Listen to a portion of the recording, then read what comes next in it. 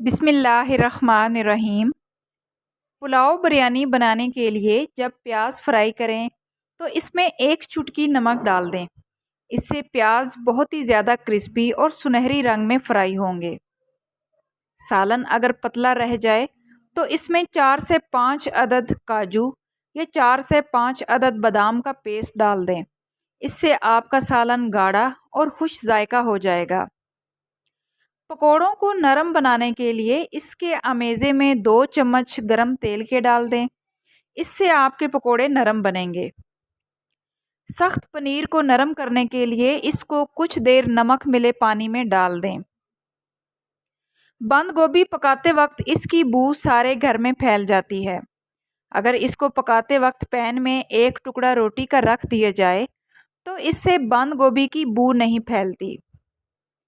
ادرک کا چھلکا چمچ سے اتار کر دیکھیں، آپ چھری کا استعمال بھول جائیں گی۔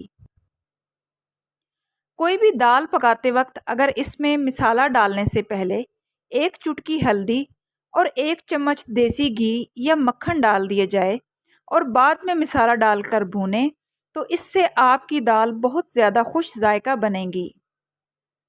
ویڈیو اچھی لگے تو ویڈیو کو لائک کر دینا اور مزید ٹوٹکوں کے لیے چینل کو سبسکرائب کریں۔ ملتے ہیں نیکسٹ ویڈیو میں۔ اللہ حافظ۔